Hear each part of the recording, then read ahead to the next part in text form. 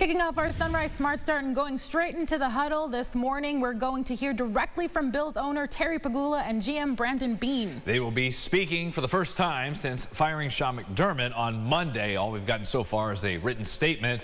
Pegula hasn't answered any questions about the Bills with the press going back to 2019. Meantime, fans are turning their attention to who should be the next head coach. Bills Mafia, at least some fans, think it should be Clint Kubiak. He's currently the offensive coordinator for the #1 seed in the NFC, Seattle. On top of it, we can see right now that the Seahawks are clearly the best in the league and probably will be the ones winning the Super Bowl. So imagine being able to take that man who just won a Super Bowl with the Superman powers that he has, now add him to the Bills, where we have so much, potential. And we've got Josh Allen. Who doesn't want to come coach here with Josh Allen, right? So I'm crossing my fingers on Clint 100%. It has also been announced offensive line coach for the Bills, Aaron Kromer, is retiring. Kromer was one of the most respected O-line coaches in the league. Here's what the players had to say about his departure. He should be a Hall of Fame O-line coach. There's no question about it. He helped my game so much. You saw what he was able to do with the O-line, with the run game. He's like Master Yoda of coaching O-line in the run game. And I hated to hear it, kind of sad, because he's been here since I got here. He kind of helped me become the offensive lineman I feel like I am. He kind of taught me to just go out there, block the guy in front of you, the best outcome will happen. News conference with Pegula and Beane. That presser is at 10 o'clock. We'll have live coverage here on air on your TV, online at RochesterFirst.com, as well as on our streaming app. And happening today, a possible end to a case of a beloved downtown Rochester doorman killed in a hit-and-run last summer. Police say 34-year-old Leonel Yaspena was driving drunk the morning of June 14th when he hit Henry Brown on South Union Street. Pena had 3 prior DWI convictions. Police say he left the scene and days later turned himself in. Court documents state Pena had a dozen drinks before getting into his car the morning of the crash. He pleaded not guilty to vehicular manslaughter, unlicensed operation, and leaving the scene of a deadly accident, as well as DWI. His court hearing is at 9:30, and that is scheduled for a disposition. RCSD school employees may need to hold off on filing their taxes due to errors on their W-2s. It's the latest in a series of payroll problems facing the district. Maria Gonzalez says she's gone back and forth with the district's payroll department since she first noticed discrepancies in her paycheck in July. Now she's worried about a new issue, multiple errors on her W-2 that she got in the mail Friday. And she's not the only one. Staff received an email in which district leaders say employees may notice mistakes in boxes 12, 13, and 14 on the form.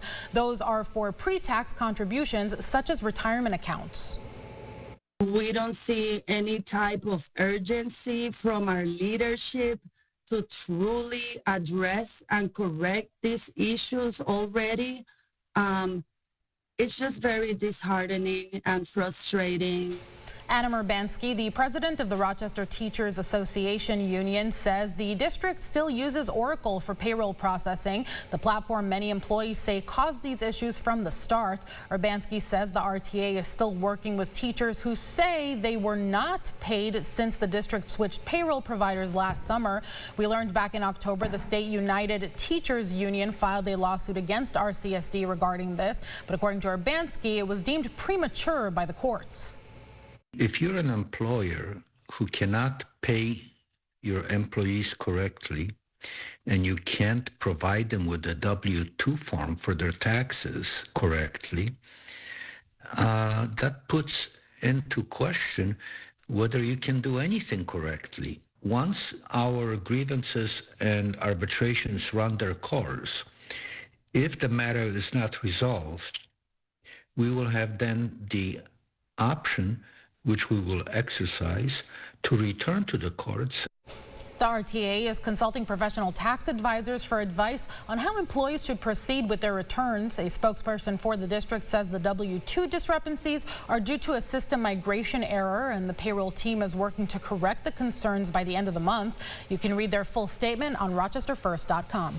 Governor Kathy Hochul is laying out her 2027 plan for the executive budget. It comes out to be about $260 billion, $300 million of that set aside for Rochester and Monroe County. The budget proposal would invest $225 million into the Rochester-Monroe Transformation Initiative to support economic development. $75 million would go to the creation and renovation of the future High Falls State Park downtown on the river.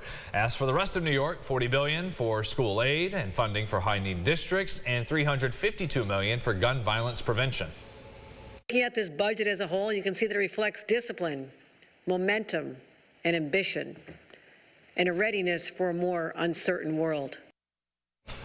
Republicans in Albany are criticizing the budget proposal, saying it's unsustainable. Now, members of the Assembly and Senate chambers will work to come up with their own plans around March and then negotiate the final state budget, as always, due April 1st.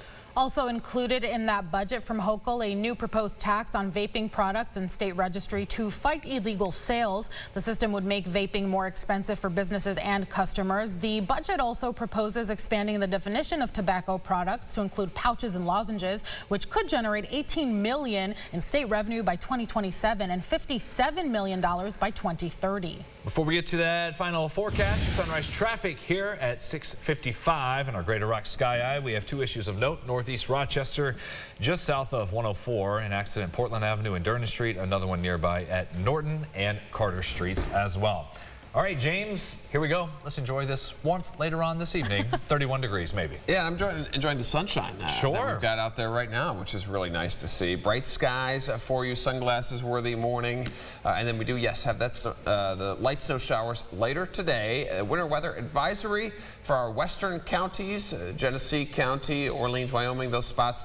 We'll get a little bit more snow and then a little bit more going into tomorrow, but temperatures just keep falling and falling. You know, we had 9 days. It was kind of a funny start to the year. 9 days where temperatures went up and up and up, but it has been a steady downtrend to finish off the month. How about that? Just getting through the middle of next week. Yeah. 9 o'clock, that's where you can join the podcast, Second Cup of Sunrise, on the Rochester First streaming app, also at rochesterfirst.com. And that does it for us. Thanks for watching Sunrise this morning. CBS Mornings up next.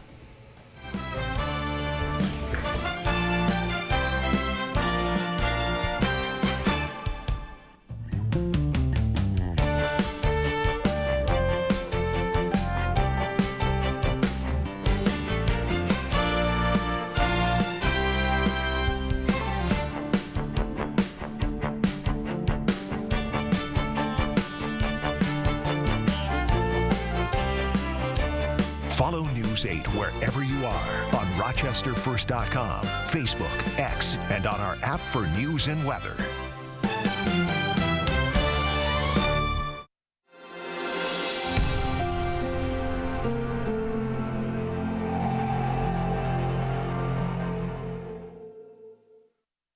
Get the Rochester First streaming app today for everything you love from News 8 on demand. Plus exclusive shows you won't see anywhere else. Search ROC and download for free on Roku, Amazon Fire, and Apple TV.